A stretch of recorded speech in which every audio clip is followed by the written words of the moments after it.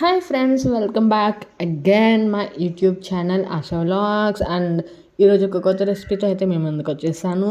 కొత్తదైతే కాదు, అందరూ వండుకునేది, బట్ నేను చేస్తున్నాను కాబట్టి అది కొత్తగా ఉంటుంది అనమాట. సో అంతే matter. Channel ASHA vlogs.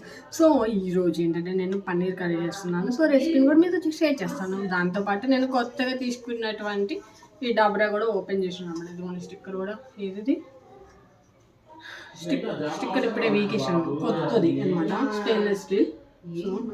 So ఇప్పుడే క్లీన్ చేసి పెట్టాను అనమాట. సో ఈ రోజు నేను దీనిలో వండుతున్నాను. ఎలా వండుతున్నాను ఏంటనేది ప్రాసెస్ అనేది అంతా కూడా మీకు చూపిస్తాను. చూడండి, నేర్చుకోండి, మీరు చేసుకోండి, తినండి. సో ఇక్కడ వచ్చి స్టవ్ వెలిగించేసేసి కడాయి పెట్టుకోవాలి. కడాయి కాదు, ఇది దీన్ని ఏమనుకుంటుంది అనుకోండి, స్టీల్ నాన్ ట్రిపుల్ కడాయి అనుకోండి, బాండీ అనుకోండి, అదే డబ్రా అనుకోండి, ఏమైనా అనుకోండి.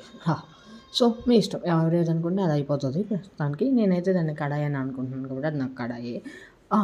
సో ఇప్పుడు కడాయి స్టవ్ వెలిగించుకొని పెట్టి కొంచెం వేడవగానే ఆయిల్ వేయాలి. ఆయిల్ వేసిన తర్వాత మనకు ఎప్పుడు రెడీగా పెట్టుకునే మసాలా దినుసులు అన్నీ ఉంటాయి కదా, చెక్క, మొగ్గ, లవంగం, ఇంకా షాజీరా, బిర్యానీ ఆకులు, పువ్వులు, రాళ్ళు అన్నీ ఉంటాయి కదా, అన్నీ వేసేసుకోవాలన్నమాట. వేసేసుకోవాలి కదా అని చెప్పి డబ్బా అంటే ఆ డబ్బా మొత్తం పోసేయకూడదు, ఎన్ని కావాలో అన్నీ వేసుకోవాలి. సో అవి అయిపోయిన తర్వాత ఏంటంటే మనం పన్నీర్ కర్రీ చేసుకోవడానికి స్పెషల్గా ఎవరు చేయని ఒక వింతైన ప్రయోగం చేశాను. అది ఏంటి అంటే ఉప్పు కారం లేకుండా పెరిగేసేసి, జీడిపప్పులు వేసేసి, 4 టమాటాలు, ఉల్లిపాయ వేసి పేస్ట్ చేసి పెట్టాను అనమాట. సో దాంట్లో ఉప్పు కారం అలాంటివి వేయలేదు, ఎందుకంటే తర్వాత చూసేసుకోవచ్చు కదా అని చెప్పేసి. సో ఇక్కడ మసాలా దినుసులన్నీ వేగుతాయి కదా, వేగిన తర్వాత మనం పేస్ట్ చేసి పెట్టుకున్నాం కదా, అది మొత్తం వేసేసుకోవాలి. వేసుకున్న తర్వాత ఇప్పుడు మెల్లిగా ఉప్పు కారం వేసుకోవాలన్నమాట. పెట్టుకోవాలన్నమాట. చూడండి, అది ఏమన్నా చికెనా కాదు, వేసేసుకోవాలన్నమాట. ఇక్కడ వచ్చి ఇప్పుడు ధనియాల పొడి, జీలకర్ర పొడి వేసుకుంటున్నా. సో ఇన్ బిట్వీన్ ఏంటంటే నేను మా ఆయన చాలా సీరియస్గా డిస్కస్ చేసుకుంటున్నావు, నువ్వు ఈ కర్రీ బాగా చేస్తావా చేయవని మా ఆయన నన్ను అక్కడ కూర్చొని ఎక్కిరిస్తున్నాడు అనమాట. సో నేను తగ్గేదే లేదు కాబట్టి నేను దాన్ని ఎక్స్ట్రాడినరీగా చేసి అయితే చూపించాను అనమాట. మధ్యలో నన్ను డిస్టర్బ్ చేయడానికి, నేను చేసే వంటని చెడగొట్టడానికి అటు ఇటు చిన్న రాక్షసులు, పెద్ద రాక్షసులు అందరూ వచ్చి వెళ్ళిపోతున్నారు. సో అయినా సరే మన మోటివేషన్కి, మన డెడికేషన్కి ఎవరు అడ్డరారు కాబట్టి మనం సూపర్ డూపర్గా కర్రీని అయితే ప్రజెంట్ చేసేస్తున్నాము.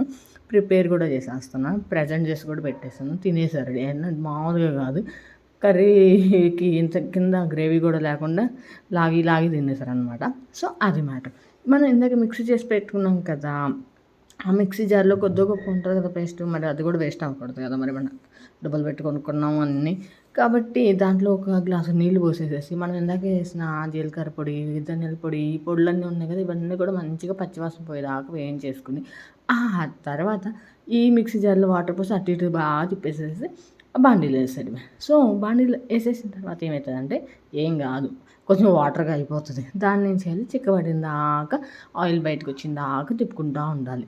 సో అదనమాట. ఈ మధ్యలో నేను చేసే పని అందరూ డిస్టర్బ్ చేస్తున్నారని చెప్పాను కదా, నేను ఎక్కడ బాగా చేసేస్తాను అని చెప్పి కంగారు అనమాట.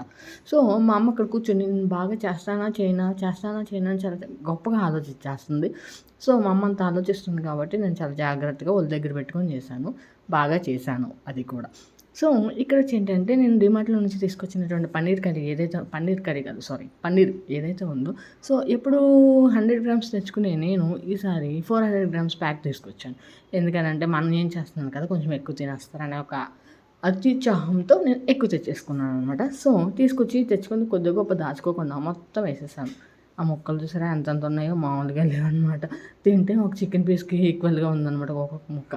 సో వాటిని చాలా చక్కగా ఒకసారి పన్నీర్ తీయగానే కడగకుండా కొంచెం పైన వాటర్ పోసేసి క్లీన్ చేసుకొని ఆ తర్వాత దాన్ని ముక్కలుగా కట్ చేసుకొని మెల్లిగా ఒకదాని తర్వాత ఆ కడాయి లేదా బాండీలో వేసేసుకొని ఒక తిప్పి కొంచెం ఆయిల్ పట్టిన తర్వాత కొత్తిమీర, కరివేపాకు కూడా వేసేసాం. అది ముందే చేసేది కదా, ఫస్ట్ వీడియో వెళ్తుంది, తర్వాత వాయిస్ వస్తుంది అనుకోకండి. సో అదనమాట, ఇది నా కూర. చూసడానికి బాగుంది కదా, థ్యాంక్ యూ. నేను చేసిన కూర చూడడానికే కదా, తినడానికి కూడా చాలా బాగుంది. దీని కాంబినేషన్ కోసం వెజిటబుల్ రైస్ చేసుకున్నాము. అండ్ ఈరోజు ఇది ఎప్పుడు చేసిన నాకు చెప్పలేదు కదా, శివరాత్రి రోజు స్పెషల్స్ అనమాట.